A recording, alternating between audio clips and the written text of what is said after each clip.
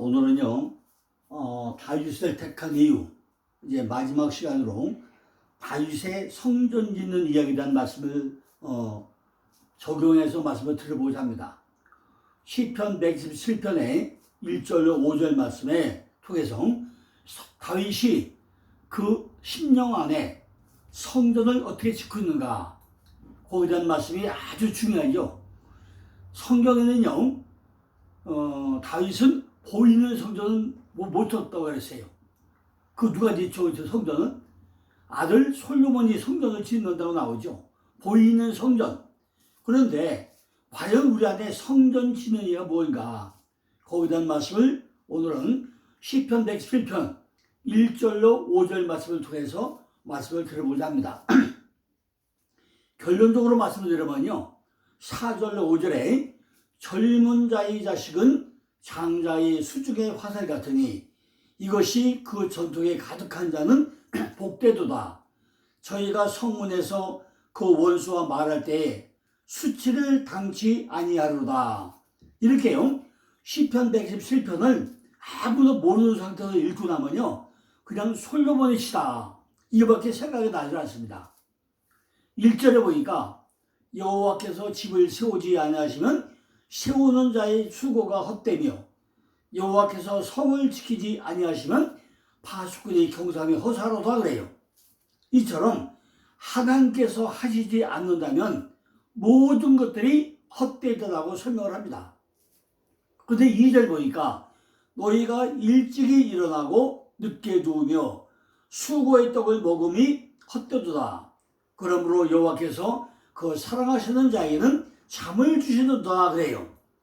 근데 우리가 아무리 10번 100번 읽어봐도요, 1절과 2절 말씀이 어떻게 연관되는지 잘 분명히 안 가죠. 여러분들은 어떤지 모르지만은 저는 이것을 이해하는데 많은 시간이 필요했습니다. 왜 이해가 잘 안 되냐? 문장 자체가 무슨 말을 하고 있는지 전혀 이해가 되질 않아요. 완전히 달라, 의미가.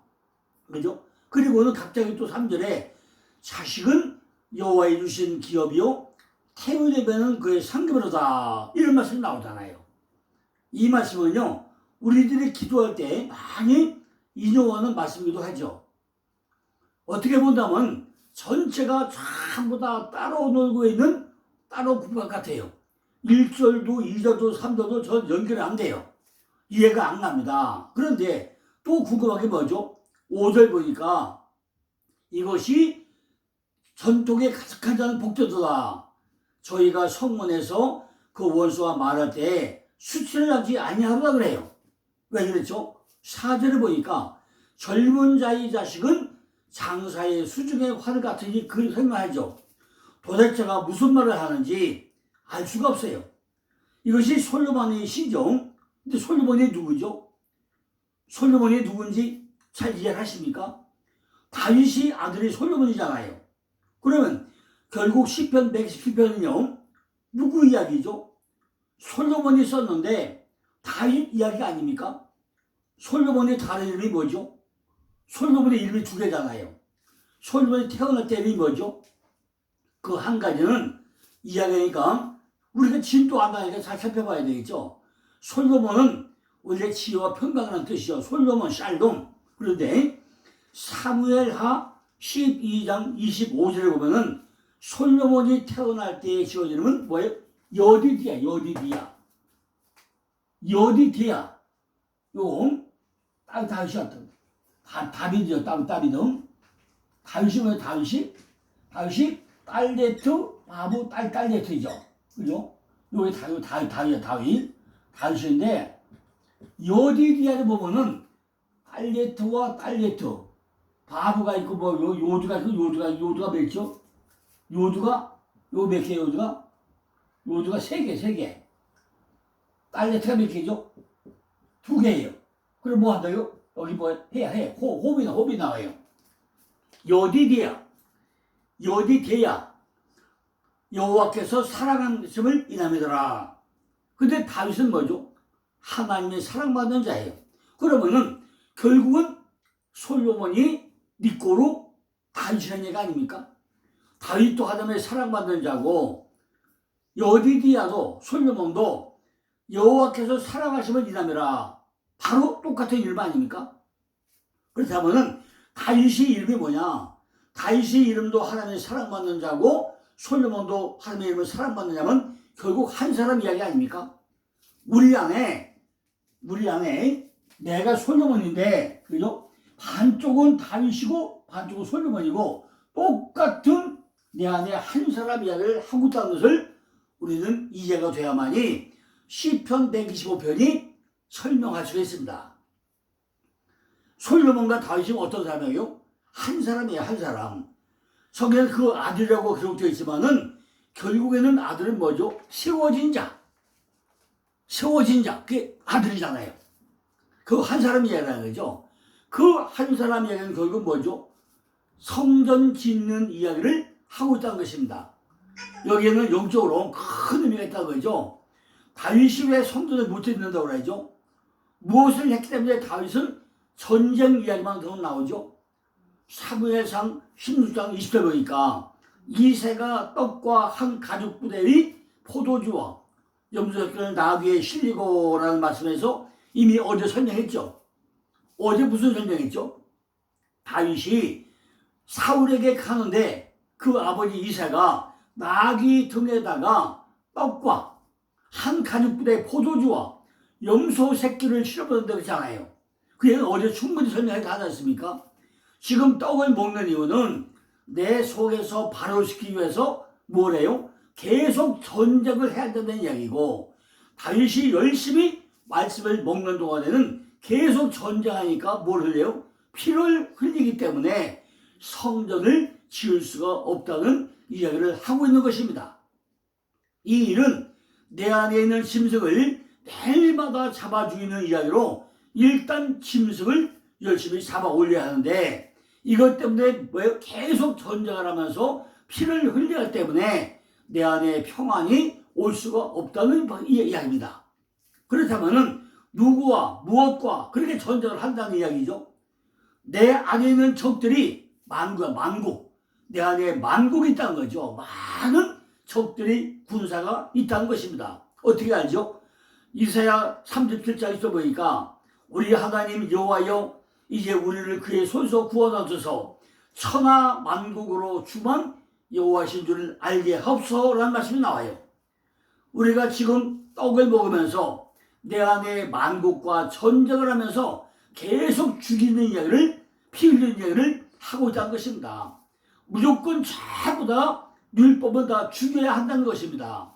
그러나 얼마나 많은지 이 모든 군사가 뭐예요? 만국이야, 만국을 한다는 거죠. 그렇게 내 안에 적들이 엄청 많다는 이야기입니다. 열심히 죽이고 또 살아나고 죽이면 또 살아나고 계속 죽여도 살아나고 한다는 거예요. 그렇게 쉽게 죽지 않는다는 것입니다. 얼마나 많은지 말도 못해요. 지난번에 제가 창세기 영상 그랬잖아요. 창세기 뭐라 했죠? 혼돈과 고와 흑암이 있고 마네와 마므레와 에스갈 골짜가 있고 7 족속이 있고 12족속이 있다고 하잖아요. 내 안에 이렇게 많은 군사가 있으니까 이걸 열심히 죽이면 또 살아나고 반복된다는 거죠. 한 군데 예를 들면요, 도배뱀이 꼬리를 잘려버리고 나면 금방 도망쳐가지고 또 다시 살아나요. 그것처럼 계속 피 흘리고 또 살아나고 피 흘리면 또 살아나고 할 동안에 성전을 지을 수가 없다는 이야기입니다. 말씀을 먹으면서 계속 전쟁을 했으면 결국은 누구를 붙잡아야 하느냐? 다윗은 평생에 성전 짓기를 소망하면서 많은 준비를 해온 것이 바로 다윗이었습니다. 그런데 우리가 성전 짓기를 소망한 게 바로 무엇이죠? 우리가 하나님의 사랑스러운 자가 되려면은 우리도 다윗같이 되어야 되는데, 다윗은 그럼 뭘 잡아야 되느냐? 말씀의 떡을 먹으면서 전쟁을 계속 일으키는데 꼭 붙잡아야 할 딱 한 가지가 있다는 거죠. 그게 뭐죠? 그것이 바로 바트세바. 일곱 맹세의 딸. 7 맹세의 딸을 잡아야 돼요. 그러니까 전쟁에 나갔다 와가지고 창가에 섰다가 멀리서 목욕하고 있는 누굴 보죠? 밧세바는 밧세바, 바트세바. 그래도 어떤 얘기죠? 우리 아의 아내. 군대에서 싸우고 있는 장군의 마누라인데 그 이름이 우리아의 아내인데 나중에 이 아내가 이름이 뭘 바뀌죠? 본 이름이 밧세바더라. 밧세바. 약속의 딸, 맹세의 딸을 붙잡아야 한다는 거죠. 왜? 계속 가이단의 전쟁이 일어나니까 7 우물의 맹세를 맺으려면은 밧세바를 잡아가지고 한 몸이 되어야만이 전쟁이 끝난다는 거죠. 결국 성경 66권은 전부 다 약속의 딸인 말씀으로 세워진 자 딸인 밧세바를 우리가 잡아야만이 그것이 내 안에 성경으로 들어온다는 거죠. 딸이 뭐죠? 딸이 반농사 치는 자가 딸이자. 반농사 치는 자. 내 안에서 말씀에 반농사를 치려면은 7 맹세의 우물은 바트세바, 그걸 잡아야 된다는 거죠. 내 마음밭에 이 약속의 말씀이 계속 심어지자 발효가 되는 전쟁을 하면서 약속의 말씀을 마음밭에 뿌리고 하니까 밧세바를 붙잡으니까 거기서 누가 태어나요? 솔로몬이 태어난다는 것입니다. 솔로몬이 뭐죠? 샬롬이야, 샬롬. 솔로몬이 뭐죠? 샬롬은 평화스러움. 바로 샬롬이란 말, 샬롬. 내가 밧세바를 붙잡고 나니까 거기서 태어난 것이 뭐예요? 바로 솔로몬이 태어났는데 솔로몬이 결국은 지혜를 가지고 뭘 짓죠? 보이는 예루살렘 성전을 짓게 됩니다. 예루살렘, 평화스러운 평화의 전당을 짓게 되는 거죠. 보이는 성전은 결국에는 무너지지만은 처음에는 예루살렘 성전을 지어야 한다는 것입니다. 예루살렘이 뭐죠? 뜻이 뭐죠? 예루살렘이라는 것은 평화의 기초, 평화의 전당을 뜻이잖아요. 내 안에 샬롬으로 이루어지는 것이 평화를 이루는 것이고 생명나무가 많아지면은 뭐가 이루어져요? 예루살렘 성이 지어지는 바로 이야기입니다. 다윗이 성전 지키를 그처럼 소망했지만은 사무엘하 7장 5절 11절에 보니까 거기 해답이 나와요. 5절에 뭐죠? 가서 내 종 다윗을 말하기를 여호와의 말씀이 내가 나를 위하여 나의 거할 집을 건축하겠냐 그래요. 그런데 11절에 보니까 전에 내가 사사를 명하여 내 백성 이스라엘 다스리는 때와 같이 앉게 하고 너를 모든 대적에서 벗어나 평안케 하리라. 여호와가 또 내게 이르노니 여호와가 너를 위하여 집을 이루고 그랬어요. 근데 5절 보니까 나단 선지자에게 여호와의 말씀이 또 이루어집니다. 내 종 다윗에게 가서 말하라. 내 성전을 지을 수 있겠느냐 물어보라는 거예요. 그러면 지으라는 이야기입니까? 못 지는다는 이야기입니까? 지금 다윗에게 나단 선지자 통해서 가서 지으라는 얘기예요. 진짜 말하는 얘기예요. 11절에 보면은 우리가 하나님을 위하여 집을 짓는다고 생각하는데 하나님은 너를 위하여 집을 지으라는 거예요. 하나님은 집을 지는 게 아니라 너를 위하여 내 안에다가 내 안에 성전 지으라는 얘기란 말이에요. 우리는 뭐예요? 우린 하나님의 집을 짓는다고 착각하고 있다는 거죠. 결국 나를 위하여 집을 짓는데 우린 하나님을 위하여 집을 짓는 것처럼 잘못 이해하고 있단 말이죠. 그러나 우리들은요, 내 안에다 내 집 안에다가 하나님이 거처할 집을 짓는다는 거예요. 그러나 성전을 지켜서 뭐죠? 단계가 하나하나가 필요하다는 것입니다. 맨 처음에 뭐죠? 처음에 성전 뭐예요? 기초를 두고 기초. 두 번째 뭐죠? 골조를 세우고. 세 번째 뭐죠? 기둥을 세우고. 하나하나 단계가 있다, 단계가. 처음부터 몽땅 지어주는 게 아니잖아요. 조립식 짓는 게 아니잖아요. 맨 뭐죠? 기초 공사를 단단하게 다두고 처음에 뭐죠? 볼딩부터 다 치우고 완벽하게 털을 잘 기초 공사를 하고 나서 근데 하는데 뭐예요? 거기 걸림돌이 뭐가 있죠? 자식이에요, 자식. 그 자식이 걸림돌이란 말이죠. 세워진 자, 뭘로 세워지느냐? 그 자식이 걸림돌이에요. 첫째는 압살롬. 첫째 걸림돌이 압살롬. 아비샬롬. 평화의 아버지다. 이것이 첫 번째 걸림돌이에요. 사무엘하 18장에 보니까 아버지 죽이려다가 제가 죽어버리잖아요. 압살롬이 아버지를 죽이려다가 지가 죽어버려요. 압살롬이 뭐죠? 아비살롬. 아부와 살롬에서 유래했고요. 평화의 아버지라는 의미죠. 압살롬이란 평강에 있는 것처럼 내가 하나님을 믿으면서 육신의 것만 쫓아다니는 그 자가 제가 왕이 되려고 하는 왕, 내가 왕 되려고 하는 이것이 뭐예요? 압살롬. 하나님을 제대로 섬기지 않고 내가 아버지다, 내가 평화의 아버지다, 하나님을 믿으면서 육신의 것만 쫓아다니는 제가 왕입니다 하는 게 뭐예요? 압살롬.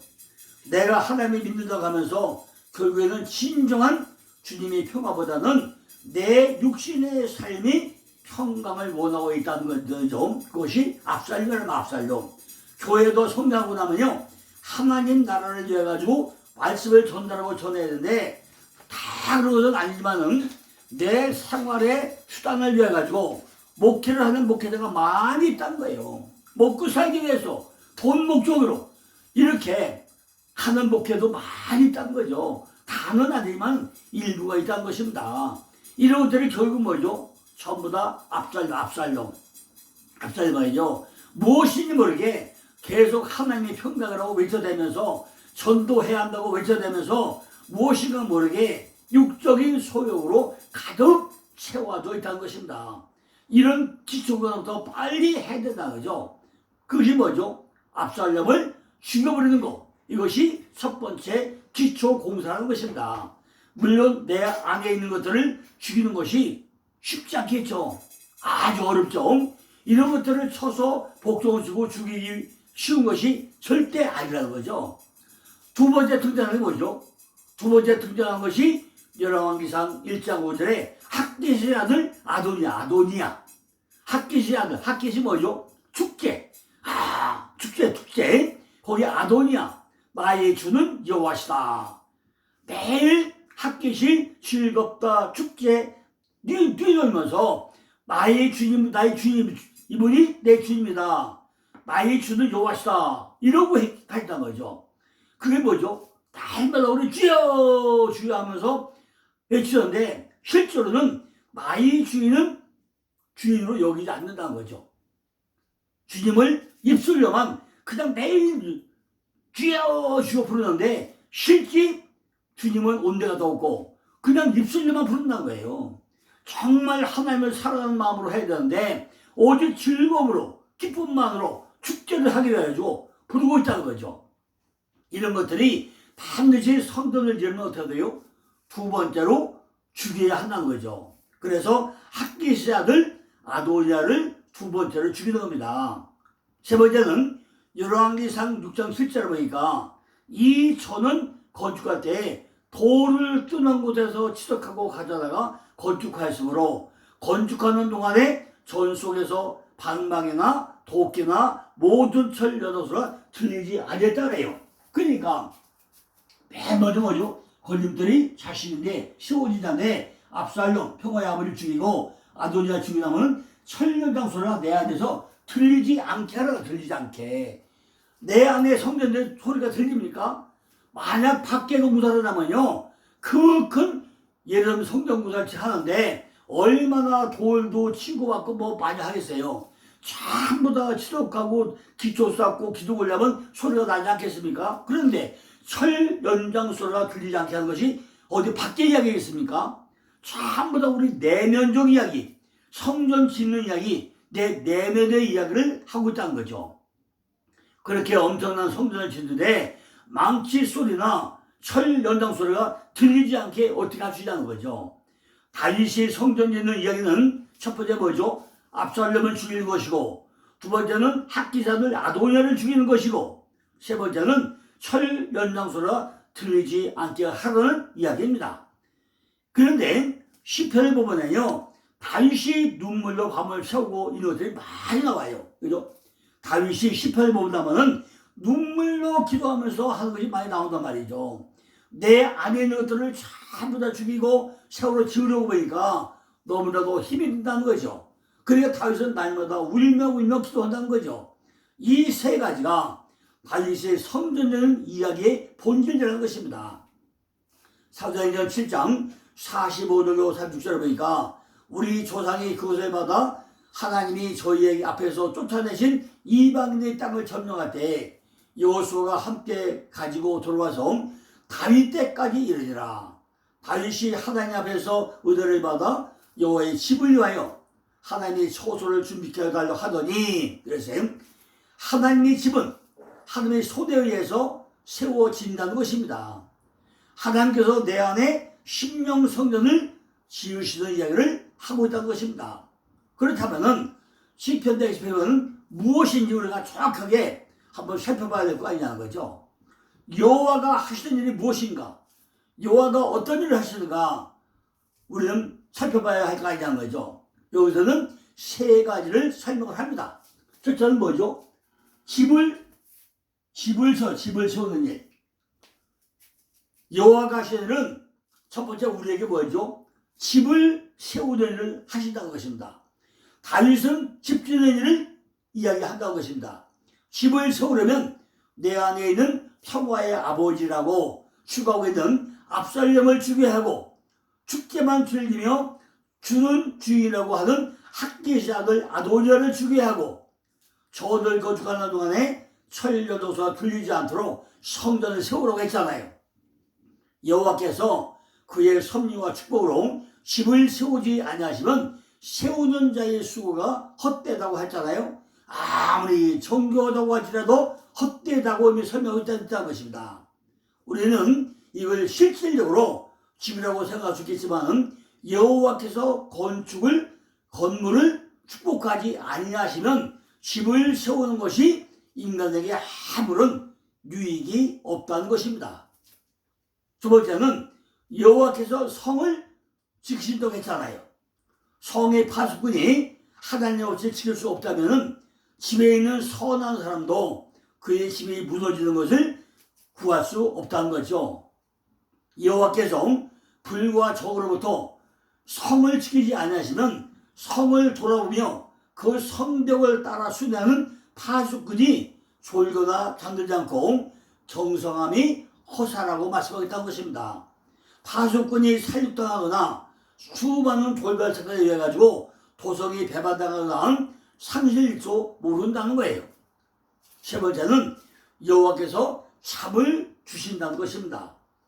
우리들은 잠을 잘 자는 것이 여호와께서 간섭하신다는 것을 생각해 보신 적이 있냐는 거죠. 잠을 잘 자고 못하는 것도 누가 하죠? 하나님이 주관해 있다는 것입니다.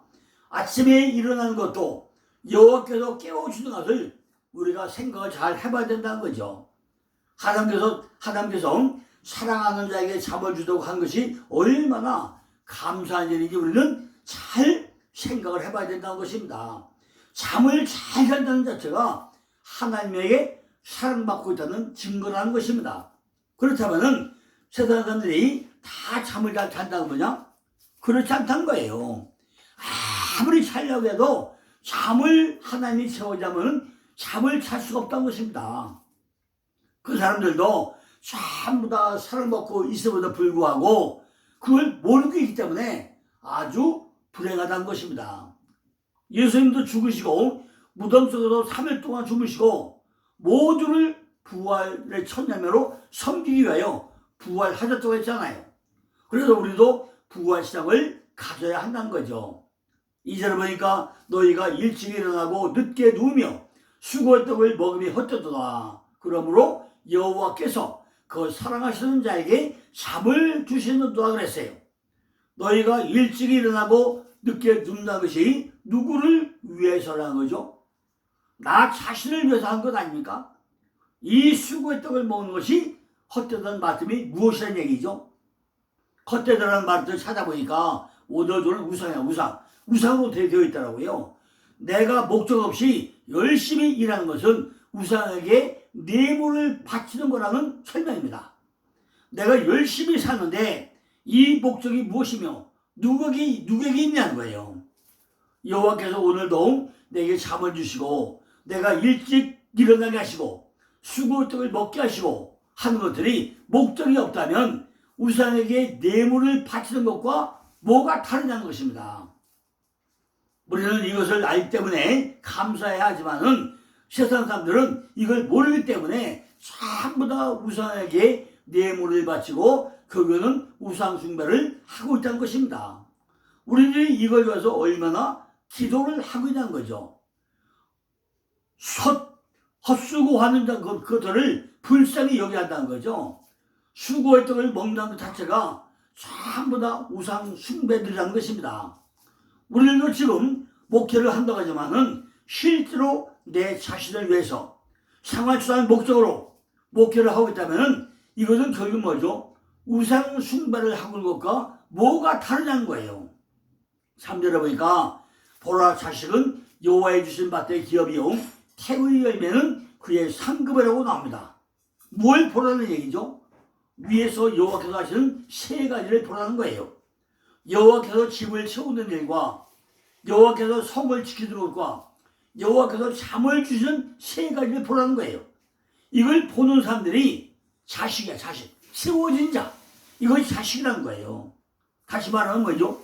여호와께서 집을 채우는 일과 여호와께서 성을 지키는 것과 여호와께서 잠을 주시는 세 가지를 잘 보던 것이 자식인데 이걸 잘 보라는 것입니다. 자식이란 말이 히브리어로 뭐죠? 세워진 자. 바로 세워진 자. 세워진 것. 그 이야기가 자식이라는 얘기죠. 무엇으로 세워지는 거냐? 여호와의 집으로 세워지고 성을 지키고서 세워지고 살아가는 자에게 잠을 주는 것으로 세워지지 아니했는가 잘 보라는 거예요. 볼 줄 아는 자는 자녀로 세워졌다는 것입니다. 자녀에 초점을 맞추지 말고 세워졌다는 것에 초점을 맞추어 보라는 것입니다. 하나님께서 이렇게 세워졌으니 바로 보라는 거예요. 보라 자식은 지금 여호와의 주신 기업이라는 거예요. 여호와로 인하여 세워진 이가 여호와의 기업이 된다는 것입니다. 그러면 그것이 내 안에 뭐예요? 태의 열매로 들어간다는 거예요. 자국이란 생명을 잉태에 대한 것이 자국이죠. 여자에게 가장 깊은 것이 자국이잖아요. 내가 생명을 받았으면 내 안의 생각과 마음속에 집어넣는 것이 전부 다 뭘 나와요? 태의 열매로 나온다는 것입니다. 그것에는 반드시 뭘 나와요? 열매로 나오게 되었다는 것입니다. 이 열매를 가진 자만이 상급이라는 거예요. 우리는 너무나 바뀐 것만 가지고 이야기하기 때문에 말뜻을 잘 모르겠다는 거죠. 우리들은 지금 밖에 보이는 태의 열매만 가지고 이야기하고 있잖아요. 그런데 하나님은 우리를 세우시고 여호와께서 집을 세우시고 성을 지키시고 살아가는 자에게 잠을 주시고 이런 거 전부 다 연결하면 다 맛이 풀린다는 거죠. 이렇게 세워진 자는 생명을 잉태할 수 있는 자녀라는 거예요. 태의 열매가 나온다는 것입니다. 태의 열매가 나오면 유업을 이을 말씀의 열매도 맺고 이것이 바로 복이라는 것입니다.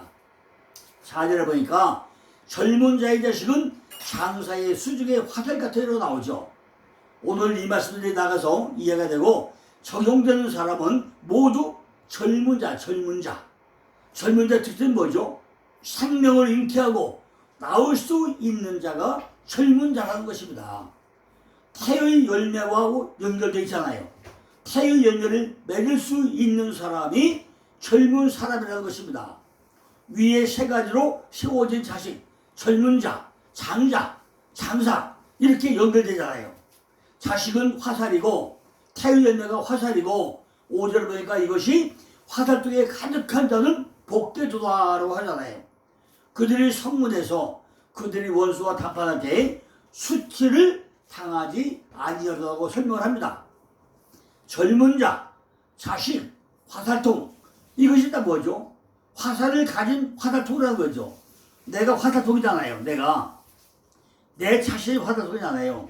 그 내용들이 내 안에 들어왔는 자가 되는 것이고 젊은 자를 바로 세워주는 것이고 자꾸 세워져 나갈 때 이것이 화살이야. 화살. 교회는 화살이니까 화살통이니까 나는 젊은 자, 내가 잉태자, 생산하시는 자 그런 자를 말하고 있다는 거죠. 결국은 뭐죠? 성문에서 그 원수하고 담판을 칠 때 승리할 수 있다는 것입니다. 이걸 요엘서에서 말하면 화살과 화살통은 메뚜기 같다는 말이 나오죠. 메뚜기는 대장이 없다는 것입니다. 대장이 없기 때문에 우르르 그냥 쏟아진다는 거죠. 다 함께 몰려간다는 것입니다. 내 안에 화살통에 화살이 담겨져 있는데 쏘지 못한다면 그 뭐야 아무 소용 없잖아요. 그것은 칼집에 꽂힌 칼과 같다는 거죠. 화살이 있으면 화살을 쏘아야 되는 거 아닙니까? 활을 쏘려면 힘이 세야 되는 거 아닙니까? 젊은 자가 되어야 장사가 되어야 활을 멀리 쏠 거 아닙니까? 그 능력이 어디서 어떻게 왔는지 아는 사람은 화살을 쏠 수 있는 사람 아닙니까?